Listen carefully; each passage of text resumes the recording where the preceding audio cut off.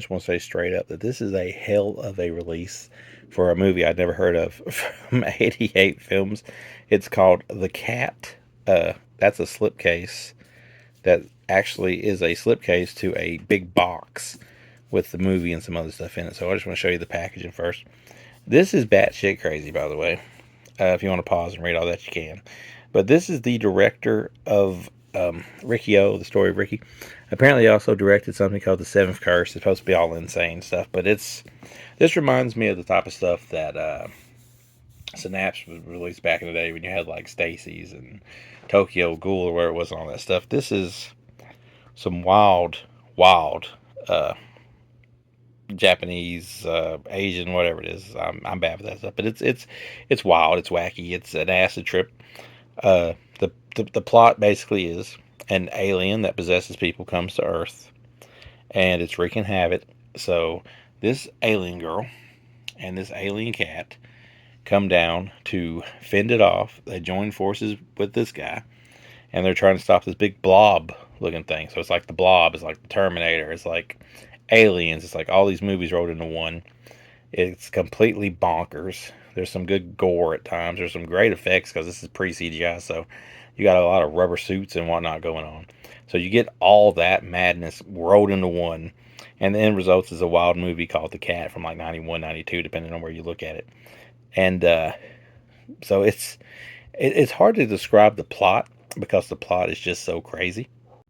So while it's hard to really get into detail exactly what you're going to see in this thing or what it all leads to because the plot's so weird, you can at least say that there is good things in here, like a extended fight scene between a dog and this alien cat, which completely goes off the rails and spills into various settings, and things are choked, things are like the cat. One thing is a little spoiler, I didn't really spoil it, but in the fight scene, the cat basically hits a suplex on the dog. So yeah, if you're wanting stuff that's just hard to explain, but in a good way, and has plenty of like little gore effects and weird little effects here and there, then this is something you want to watch. I would say the start of the movie is very good. Like it starts off good. It kind of drags a little bit, but then when you hit the last part of it, it's really great. So while it's hard to describe the plot, other than the fact that you got a group of people banded together to try to stop a blob alien that can possess people, you can say that you get weird stuff, you get trippy stuff, and you get a lot of fun stuff. So 88 Films release of The Cat, to me, is a 3.5 out of 5 movie wise. The packaging and the actual release is a 5 out of 5. This thing looks amazing. I think it looks better than some 4Ks look, even though it's only a Blu-ray. But there's what you get there with this. But this, which I may have to cut to actually show this. I actually probably will have to cut to show this because I don't want to damage the packaging. I don't have a tripod. But check this out. You can actually remove this slip, and what you have underneath the slip is this box, which most people would just put this out, but they actually give you a slip to go over that. So they're putting slips on slips on slips these days. This is a hard box with some different art on the back. Shows you some more of the wild stuff you'll see in the movie. When you slide this stuff out, and you can see this is a thick box. You get this card here with some more art on it. You get a booklet, which amongst the original artwork, I think, which is what that is. You just get like essays and whatnot there if you want to look into that and read that.